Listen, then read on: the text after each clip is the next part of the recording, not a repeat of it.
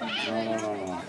Oni bydlejí takhle přes louku, naproti mě jako modrý barák. Já znám tátu jako. Malička v kočárku, vlastně doletá, chodí nám do měsíčky, šla jezdit na kole a tohle tak ty louky dole a tam... To není fér! Hejka má taky vlka! Vždycky přesko ty dala piškoty, došli k nám, tak přesko piškoty vlka. Když jsem chtěl vidět, jak tam je štěnku. Takže říkám, jak se jmenuje?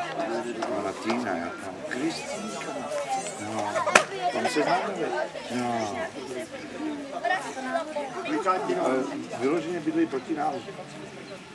To řeknu, jako v Brodu. Ale takhle, my jsme ve Stráni, to se to lomí a oni to zase ve Stráni, že náhodem, když jako, já tam chodím ze psama okolo, tak se nechci.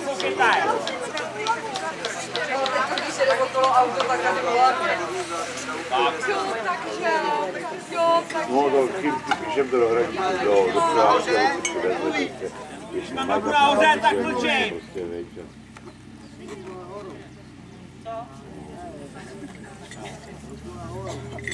Dneska vám posa přečte večerníčka, 9:30, budete všichni tady ve vší.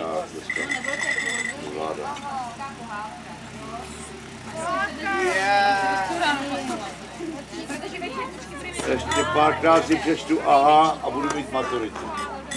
Já chci taky maturitu.